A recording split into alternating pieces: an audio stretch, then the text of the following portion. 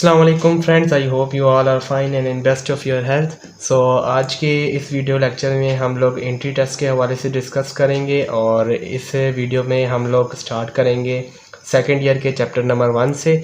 और उसमें देखेंगे कि भाई एंट्री टेस्ट के हवाले से कौन कौन से क्वेश्चंस जो हैं वो इम्पोर्टेंट हैं और किस तरह हम लोगों ने चैप्टर्स को टैकल करना है। हमारे पास वेरी फर्स्ट चैप्टर जो है सेकंड ईयर का वो है फंक्शंस एंड लिमिट।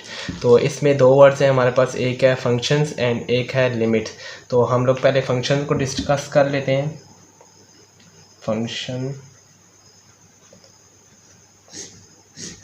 तो अगर हम फिगर के हिसाब से देखें फंक्शन को, तो इस तरह कोई एक सेट होता है ए बी सी और एक दूसरा सेट होता है 1 2 3। बेसिकली अगर प्रैक्टिकल एप्लीकेशन से हम लोग देखें तो फंक्शन जो होता है वो एक मशीन की तरह होती है, जिसे हम लोग कोई इनपुट देते हैं और वो हमें आगे से आउटपुट प्रोवाइड करता है। ये जो सेट होती है ए, इसे हम लोग कहते हैं डोमेन सेट। ये है जी, फर्स्ट कर लें ये एक्स है मेरे पास और ये वाला सेट जो है ये हमारे पास वाई है। ये जो फर्स्ट सेट होता है इसे हम लोग डोमेन कहते हैं and this second set is called range. Basically ये जो होल सेट होता है उसे हम लोग कहते हैं कोडोमेन, और इसके जो जो एलिमेंट्स यूज़ हो रहे होते हैं मैपिंग में उन्हें हम लोग कहते हैं रेंज। ये जो हम लोग प्रोवाइड करते हैं इनपुट बेसिकली क्या होती है हमारे पास डोमेन को हम इनपुट भी कहते हैं, और रेंज हमारे पास क्या होती है फंक्शन की आउटपुट। इस तरह कोई मैपिंग हो रही होती है हमारे पास ए से 1 की तरफ, बी से 2 की तरफ, और ये देखें। अब देखें फंक्शन में हमारे पास दो चीज़ें चेक करनी होती हैं। अब अगर इस फिगर को मैं देखूं तो यहाँ पे डोमेन के सारे एलिमेंट्स यूज़ होने चाहिए। फंक्शन की डेफिनेशन में ये है कि हमारे पास डोमेन के ऑल एलिमेंट्स यूज़ होने चाहिए और हर एलिमेंट के लिए एक यूनिक सोल्यूशन एग्जिस्ट करना चाहिए। बेसिकली ये जो है इस टाइप पे फंक्शन नहीं है। क्यों नहीं है? क्योंकि बी और सी जो है ये एट अ टाइम 2 के ऊपर मैप कर रहे हैं, जबकि 2 के ऊपर एक ही एलिमेंट के ऊपर, यूनिक एलिमेंट के ऊपर इन्हें मैप करना चाहिए। जिस तरह ए 1 के ऊपर मैप कर रहा है, फॉर एग्जांपल के डोमेन के जो एक सेट का एलिमेंट है वो हर एक के लिए क्या होना चाहिए, एक यूनिक सोल्यूशन एग्जिस्ट करना चाहिए, तभी वो फंक्शन कहलाएगा। तो फिगर के हिसाब से हम लोगों ने इस तरह चेक करना है कि एक जो एलिमेंट है वो एट अ टाइम एक के ऊपर ही मैप कर रहा हो, ठीक है, डोमेन का। फिर उसके हिसाब से हम लोग और ग्राफिक का रिप्रेजेंटेशन इसकी देख लेते हैं, और उससे हम लोग देखेंगे कि अगर हमारे पास कोई ग्राफ है तो उस पर हम लोग किस तरह डिस्कस करेंगे कि उसे किस तरह आइडेंटिफाई करेंगे कि कौन सा फंक्शन है और कौन सा फंक्शन नहीं है। तो हम एमसीक्यूज बना लेते हैं एक, which one of the following is not a function.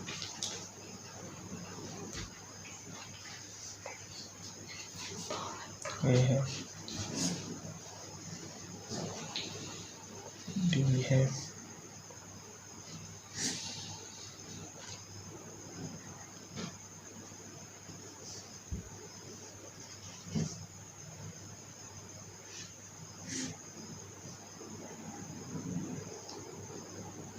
N D.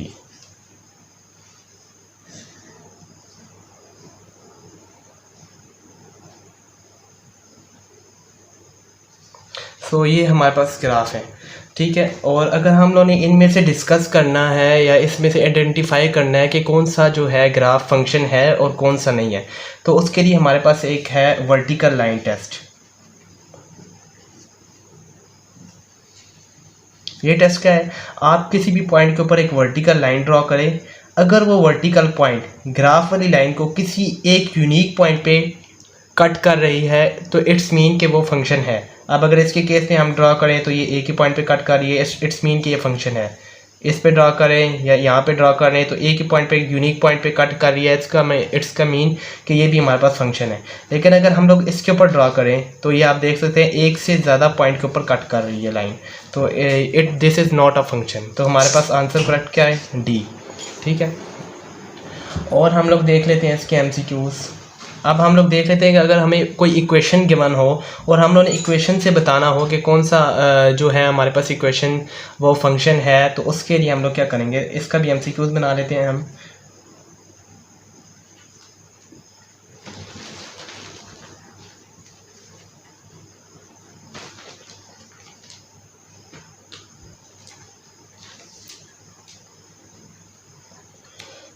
अच्छा जी,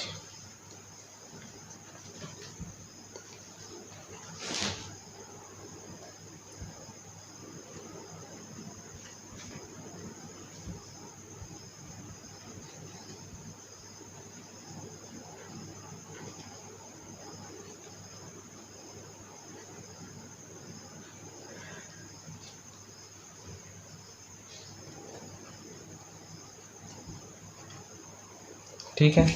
सो हम लोग इस तरह की अगर रिप्रेजेंटेशन आ जाए और इसमें से हम लोगों ने रिकॉग्नाइज़ करना हो कि कौन सा हमारे पास फंक्शन है और कौन सा नहीं है, तो उसके लिए हमारे पास हमें पहले ये पता होना चाहिए कि डिपेंडेंट वेरिएबल क्या चीज़ होती है और इंडिपेंडेंट वेरिएबल क्या चीज़ होती है।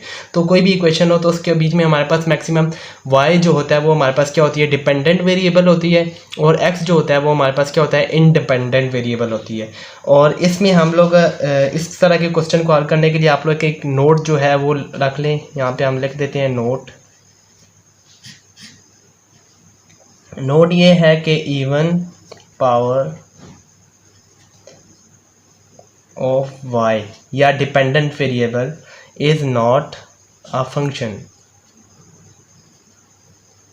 तो इसमें हम लोग देख सकते हैं कि इसमें इवन पावर है, ये y, ये इसमें इवन पावर है हमारे पास, ये इसमें भी इवन पावर है, इसमें y की पावर जो है ओड पावर है, 1 है y की पावर।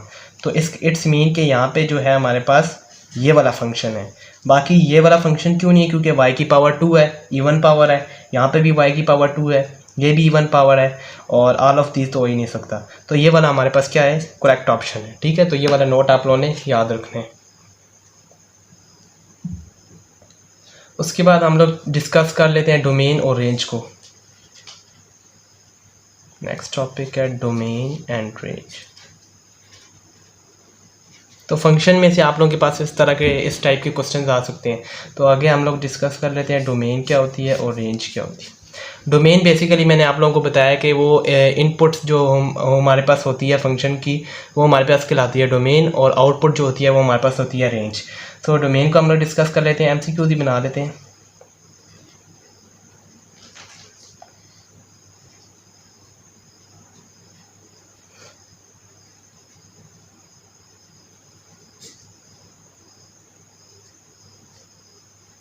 सो इस फंक्शन की हम लोगों ने डोमेन बतानी है। ठीक है, इसकी डोमेन क्या होगी, ए है हमारे पास set of real number, B set of real number -4, C set of real number -4 and set of real number -0। जब भी आप लोगों के पास इस तरह का फंक्शन आ जाए फ्रैक्शन के फॉर्म में और रैशनल फंक्शन हो, ठीक है, तो हम लोग क्या करेंगे, जो भी डिनोमिनेटर में होगा उसे हम लोग किसके इक्वल कर देंगे, पुट करेंगे 0 के इक्वल। तो हमारे पास x+4 आ रहा है डिनोमिनेटर में, x+4 का हम लोग इज इक्वल टू कर देंगे 0 के, तो हमारे पास आंसर आ जाएगा x इज इक्वल टू -4। जो भी हमारे पास आंसर आएगा उसे हम लोगों ने रैशनल नंबर के सेट में से माइनस कर देना है। तो रैशनल नंबर के सेट -4, तो ये हमारे पास आंसर क्या है, सी इज़ द ऑप्शन। ठीक है, तो इस तरह का हमारे पास आ सकता है क्वेश्चन। उसके बाद है रेंज को भी देख लेते हैं। अगर चले देखते हैं इसी फंक्शन की हमारे पास रेंज क्या होगी। तो रेंज है f of x is equal to x² -16/x+4। इसकी हम लोगों ने बतानी है रेंज। तो रेंज क्या होगी इसकी, रेंज के लिए हम लोगों ने क्या करना है, इस फंक्शन को सिंप्लीफाई करना है, क्योंकि इस फंक्शन के ऊपर अगर जब हम लोग -4 पुट करेंगे तो आंसर हमारे पास क्या आ जाएगा, 0/0 फॉर्म बन जाएगी, जो कि हमारे पास क्या होती है, इनडिटर्मिनेट फॉर्म। तो हम लोग 0 अगर यहाँ पे -4 इसमें पुट नहीं कर सकते, तो -4 पुट करने पे जो हमारे पास आंसर आएगा वो भी इसकी रेंज में शामिल नहीं हो सकता, क्योंकि हम लोग -4 पुट ही नहीं कर सकते। तो उसकी जगह पे हमारे पास जो आंसर आएगा, आउटपुट जो हमें मिलेगी, वो रेंज में इसकी शामिल नहीं होगी। ठीक है, तो हम लोग यहाँ पे इसे क्या कर लेते हैं, सिंप्लीफाई कर लेते हैं। इसे सिंप्लीफाई करके हम लोग क्या करेंगे, x² -16 है, इसे मैं लिख सकता हूँ -4 का स्क्वायर डिवाइडेड x+4, और इसे हम लिख सकते हैं x+4 डिवाइडेड बाई x+4। ये x+4 कट जाएगा और x -4 हमारे पास आंसर आ जाएगा। ठीक है, अब अगर हम लोग इसमें पुट करेंगे ये वाला पॉइंट -4 जो हमारे पास डोमेन थी इसकी, तो वो हमारे पास आंसर क्या देगी, -4 and -4, the answer will be -8। इसका मतलब ये हुआ कि जब हम लोग इस फंक्शन की डोमेन में -4 शामिल नहीं था, हम लोगों ने रियल नंबर में से हम लोगों ने माइनस कर दिया था, -4 निकाल दिया था, तो जब उसकी डोमेन में ये वाला नंबर शामिल नहीं है तो उसकी रेंज में ये वाला नंबर पुट करने से जो आंसर आएगा -8 वो भी तो शामिल नहीं होगा। तो इसका हमारे पास आंसर आ जाएगा सेट ऑफ रियल नंबर -8। ठीक है, तो ये हो गया हमारे पास रेंज का क्वेश्चन। कुछ और क्वेश्चन डिस्कस कर लेते हैं हम लोग रेंज से। Range of f of x is equal to 1 minus 2x divided by 3x minus 4 is। सो अगर आप इस क्वेश्चन को देखें तो मैं एक आप लोगों को शॉर्ट ट्रिक बता देता हूँ। शॉर्ट ट्रिक ये है कि जब भी आप लोगों के पास लीनियर और लीनियर का फंक्शन हो, x⁻1 और x⁻1 वाला फंक्शन हो, तो आप लोगों ने क्या करना है कि सिंपली इसकी रेंज अगर आप लोगों ने बतानी हो तो आप लोग क्या करेंगे, set of real number minus, ये तो हमें पता है कि सेट ऑफ रियल नंबर में से कुछ ना कुछ माइनस ही होना है। अब माइनस क्या टर्म होगी हमारे पास, जो भी x के कोफिशिएंट होंगे ऊपर वाले का कोफिशिएंट ऊपर लिखना है, नीचे वाले का कोफिशिएंट नीचे लिखना है, और हम लोगों ने इसे रियल नंबर में से माइनस कर देना है। किस तरह, अब यहाँ पे हमारे पास कोफिशिएंट क्या है, विद साइन, ये -2 है हमारे पास कोफिशिएंट x का, और यहाँ पे नीचे क्या है, इसका कोफिशिएंट 3 है, तो हम लोग -2 डिवाइडेड बाय 3 कर देंगे, -2/3। तो ये हमारे पास एक ट्रिक है, तो ये इसकी क्या आ जाएगी, रेंज आ जाएगी। ठीक है, तो कुछ और क्वेश्चन हम लोग अभी डिस्कस कर लेते हैं। और ये हमारे पास क्वेश्चन है कि इस फंक्शन की हम लोगों ने डोमेन बतानी है। तो इसकी डोमेन क्या होगी हमारे पास, जब भी हमारे पास कोई भी फंक्शन आ जाए स्क्वायर रूट के अंदर, तो हम लोगों ने क्या करना है कि उस फंक्शन को ग्रेटर देन स्क्वायर रूट के बीच में हमारे पास कोई भी फंक्शन हो, उस फंक्शन को हम लोगों ने ग्रेटर देन और इक्वल टू 0 पुट करना है। उसकी वजह क्या है कि जब भी हमारे पास स्क्वायर रूट के अंदर कोई भी नेगेटिव नंबर आ जाए तो वो हमारे पास कम्प्लेक्स नंबर की तरफ चला जाता है, इमेजिनरी नंबर बन जाते हैं, क्योंकि आयोटा होता है स्क्वायर रूट -1 आयोटा की इक्वल होता है, तो वो आयोटा वाली साइड पे चले जाते हैं। तो इसीलिए हम लोग जो भी स्क्वायर रूट के अंदर होगी टर्म, उसे हम लोग ग्रेटर देन और इक्वल टू 0 पुट करेंगे। तो हम लोग ग्रेटर देन और इक्वल टू 0 पुट करते हैं, x का स्क्वायर -4 ग्रेटर देन और इक्वल टू 0, तो यहाँ पे आ जाएगा x का स्क्वायर ग्रेटर देन या इक्वल टू 4, और x की वैल्यू आ जाएगी हमारे पास +-2। ठीक है, तो हमारे पास इसका मतलब है कि जब हम लोग यहाँ पे +2 पुट करेंगे, +2 का स्क्वायर 4 4 0 आंसर आएगा, लेकिन 0 से छोटा नंबर हम लोग नहीं ले सकते। ठीक है, और अगर मैं -2 पुट करता हूँ तब भी आंसर 4 आता है, 4 0 आंसर आएगा, और 0 से छोटा नंबर हम लोग इसमें इसकी डोमेन में शामिल नहीं कर सकते। तो ठीक है, तो हमारे पास जो हम लोगों के पास बनेगी इसकी डोमेन, वो क्या बनेगी, सेट ऑफ रियल नंबर -2 से 2 तक। ठीक है, तो D will be the option. ठीक है, अब कुछ और क्वेश्चन हम लोग डिस्कस कर लेते हैं। Range of f of x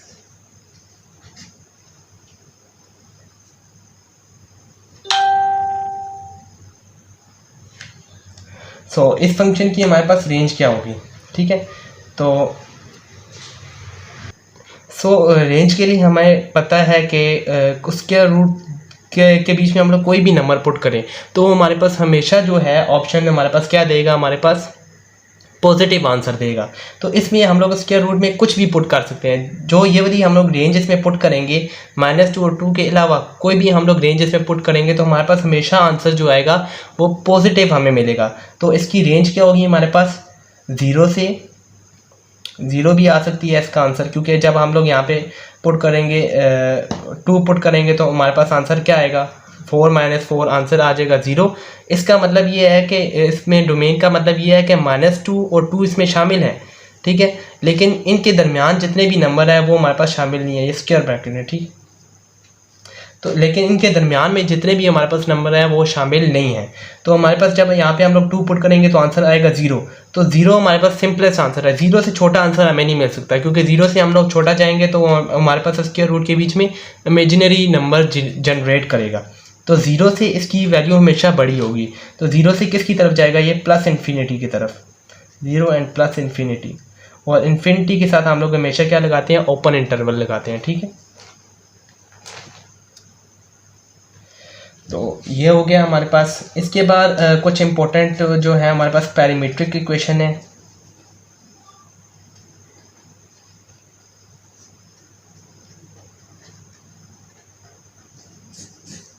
parametric equation है, ये आप लोगों को पता होना चाहिए, एमसीक्यूज के तौर पे आ सकते हैं। तो फर्स्ट हमारे पास इक्वेशन है x is equal to a² and y is equal to 2at।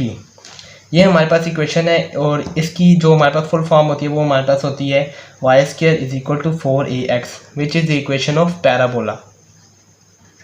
Parabola को हम लोग चैप्टर नंबर 6 कॉनिक सेक्शन में डिटेल में डिस्कस करेंगे। और सेकंड हमारे पास पैरामीट्रिक इक्वेशन है, वो है x is equal to a cos of theta and y is equal to b sin of theta. तो ये इसकी जो फुल फॉर्म है, अगर हम लोग इसे सिंप्लीफाई करें तो वो हमारे पास किसकी को आएगी, x का स्क्वायर ओवर a का square plus y square over b का square is equal to 1 which is the equation of ellipse. तो इलिप्स की पैरामीट्रिक इक्वेशंस ये हैं, पैराबोला की पैरामीट्रिक इक्वेशंस ये हैं। एंड थर्ड हमारे पास है x is equal to a secant theta and y is equal to b tan theta। ये हमारे पास पैरामीट्रिक, इसके अगर हम लोग सिंप्लीफाई करें तो ये हमारे पास आएगी x स्क्वायर ओवर a का square minus y square over b का square is equal to 1 which is the parametric equation of hyperbola.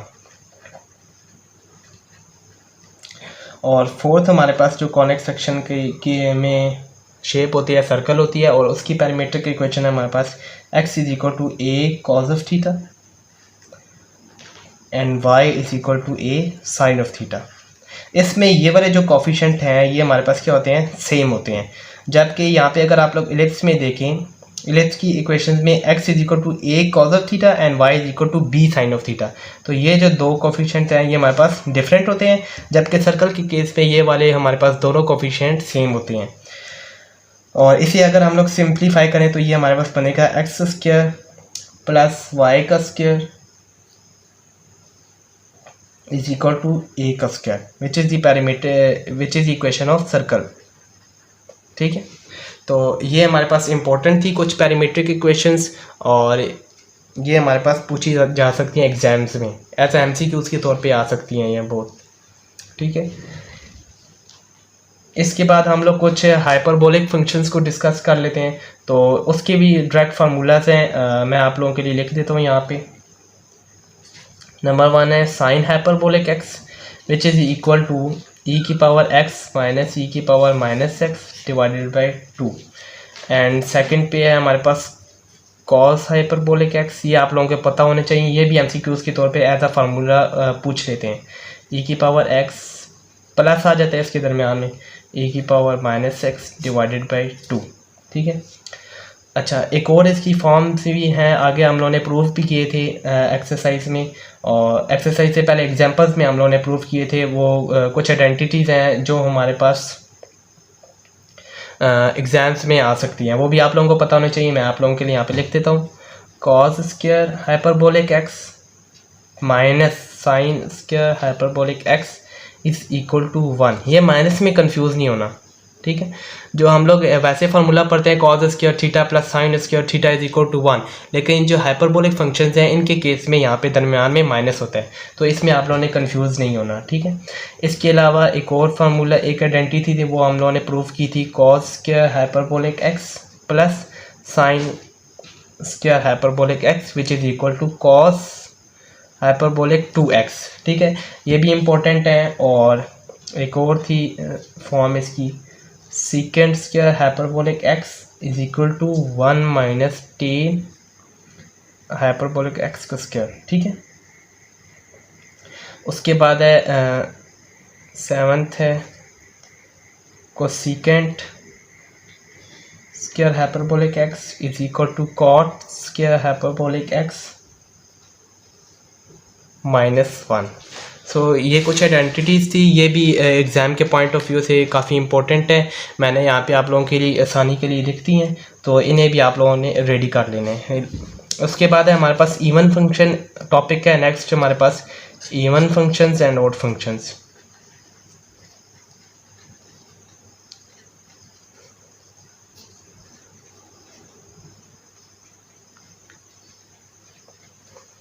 In general even function कौन सा होता है, कोई भी हमारे पास एक फंक्शन है एफ ऑफ एक्स, उसमें हम लोग माइनस पुट करें, एक्स की जगह पे -x पुट करें, एफ ऑफ -x पुट करें, तो हमारे पास आंसर क्या आना चाहिए, एफ ऑफ एक्स वापस आ जाए अगर हमारे पास आंसर, तो वो वाला फंक्शन हमारे पास कहलाता है इवन फंक्शन। फॉर एग्जांपल जैसे कि है e.g.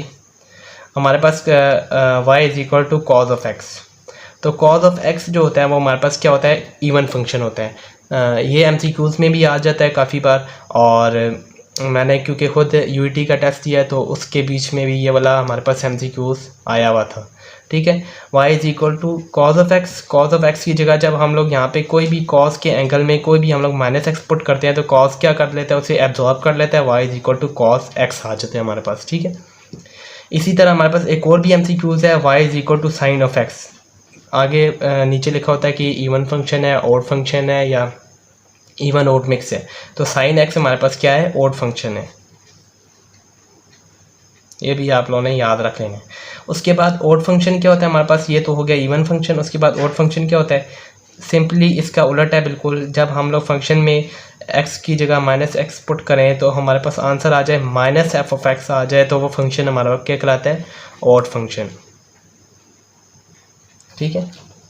जैसे कि एग्जांपल मैंने ऊपर आप लोगों को दी है साइन ऑफ एक्स की, ठीक है। तो ये आप लोगों ने अच्छे तरीके से प्रिपेयर कर लेने हैं। तो नेक्स्ट पार्ट में हम लोग इंशाल्लाह इसके दूसरे आगे फर्दर क्वेश्चंस डिस्कस करेंगे।